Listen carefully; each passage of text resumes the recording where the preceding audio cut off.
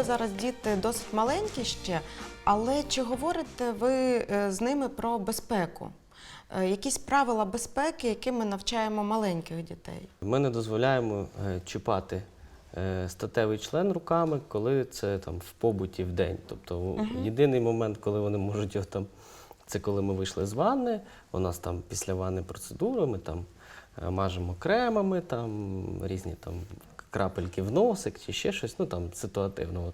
От тоді вони лежать в дитячій на дивані, обидвоє, вони, там, ми їх вдягаємо, все це у нас такі вечірні процедури. От тоді вони можуть, звичайно, коли це чисті руки, от вони там щось вивчають, ми не чіпаємо це. А в поводженні з іншими людьми? Правила якоїсь поведінки в спілкуванні з незнайомцями, можливо, якісь дотики безпечні, небезпечні? Чи говорили ви на ці теми? Ще не говорили, бо не виникало таких ситуацій. У нас вони досить відкриті, але є нюанс в тому, що вони ніколи ще не були самі, без нагляду, не залишалися. Тобто, як тільки, самі, тобто це або ми, або наші бабусі, дідусі, або няня, або вихователі в дитячому садочку, які, знову ж таки, під тотальним контролем, там охоронна територія. Тобто, там я впевнений, що, скажімо, ніяких чужих людей, які можуть якимось чином збочення якісь в їх сторону проявляти, там немає.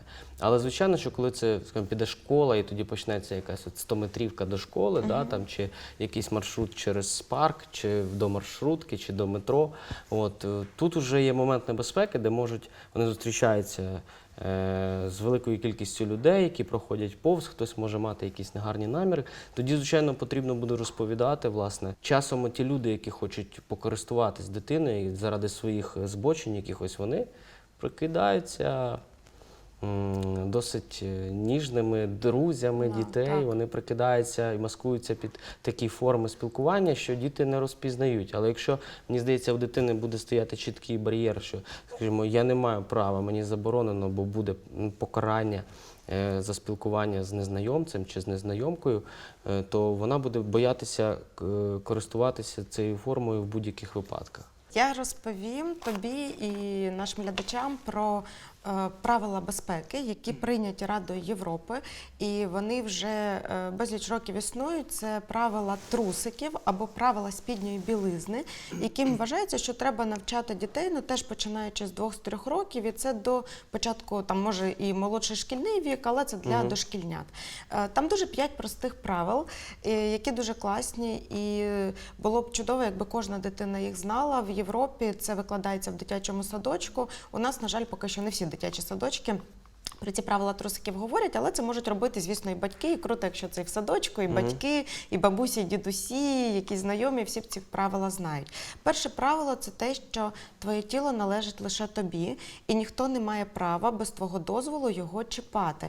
І тут ми навіть говоримо, що мама і тато не можуть дивитися твої статеві органи без твого дозволу. Тобто, якщо мама і тато розуміють, що там може свербить щось, чи почервоніння якесь, то батьки завжди запитують дозволу у дитини і пояснюють, чому вони хочуть оглянути статеві органи, бо за щось там хвилюються, можливо, треба звернутися до лікаря.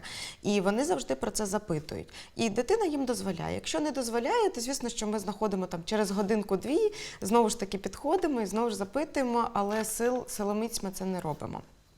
Друге правило – це те, що є дотики безпечні, є дотики небезпечні. Безпечні дотики – це якраз ось про те, що батьки і там інші дорослі запитують, чи можу я тебе обійняти, чи можу я тебе взяти за руку, я хочу там з тобою якось чи полежати, чи обійнятися, подивитися мультики.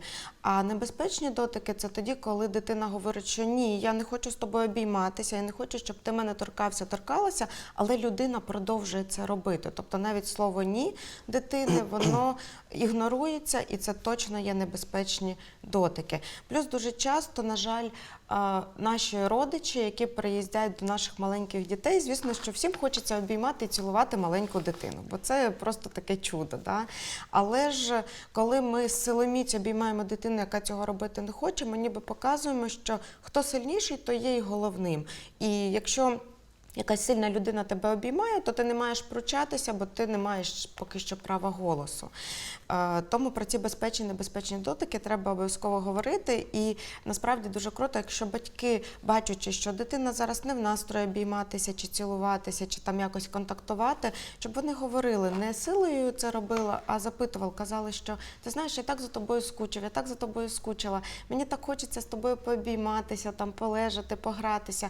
Як у тебе буде настрій, ти до мене, будь ласка, приходь, і ми з тобою це зробимо. Я гарантую, що у дитини дуже швидко з'явиться настрій, тому що для дитини це теж дуже важливо. Третє правило трусиків – це про хороші погані таємниці, тому що зазвичай ці люди, які користуються дітьми, збочинці, педофіли, вони роблять все, щоб дитина про це ніколи нікому не сказала. І найперше, звісно, батькам. І вони можуть залякувати цю дитину і говорити, що ніколи про це не говори батькам, і треба пояснювати дитині, що, напевне, це перше, що треба зробити – піти і розповісти або батькам, або бабусям, дідусям, вихователям в дитячому садочку, комусь, кому ти довіряєш, або хто є поруч в цей момент. А хороші таємниці – це, наприклад, якщо у когось день народження, і ми купили подарунок, і це секрет, і треба мовчати, а мовчати не хочеться, а хочеться розповісти всьому світові про те, що ми купили. Тобто хороші секрети – це те, що викликає такі позитивні, класні емоції, чим хочеться ділитися, а погані – це те, чим не хочеться ні з ким ділитися. І є ще четверте, п'яте правило. Четверте – це про те, що відповідальність завжди на дорослих за те, що вони чинять з дітьми, вони несуть відповідальність. Тобто дитина ніколи не несе відповідальності за те, що з нею сталося, тому що дорослим дуже легко маніпулювати дітьми, примусити їх до чогось і при цьому ще звинуватити в тому, що це ти сама хотіла, або ти мене спровокувала, тому про це теж треба говорити. І п'яте правило – це про те, що просити допомоги не соромно. І у дорослих в житті трапляються такі ситуації, коли ми не можемо справитися самостійно з чимось, і ми просимо допомогу у колег, у друзів, у батьків, у родичів, у психотерапевта. Тобто ми до когось ідемо. І ти також до нас, будь ласка, приходь, тому що ми завжди за тебе, ми завжди на твоїй стороні, і ми завжди готові тебе підтримати. Ось такі 5 простих правил, насправді, захищають дітей від сексуального насильства, вони справді працюють, і це дуже круто, що вони є. Ну от, власне, всі правила абсолютно погоджуюсь, крім одного. Наприклад, коли я йду по вулиці, то я не прошу у нього, коли вони особливо балуються, я не прошу у нього, дай мені, будь ласка, руку. Я просто кажу руку. Ні, це інша ситуація. І вони знають, особливо коли ми підходимо до пішохідного переходу чи десь. Тому що якщо просити, то вони їх не збереш. Да. І вони знають, що якщо тато йде, або тато з мамою йдуть, руку вони обидва хап, я їх втримую, а Марко у нас ще такий, що любить вирвати руку і десь раптом побігти кудись, йому щось потрібно, він щось побачив, якийсь грибочок. От, то на вулиці, звичайно, у нас все жорстко. Так, це абсолютно правильно, тому що якщо дитина сує пальці до розетки, ми ж не будемо говорити, ой, вибач, будь ласка, зараз я тебе приберу. Звісно, що ми можемо і відкинути дитину. Це вже йде про безпеку життя, і звісно, що тут ми не церемонимося.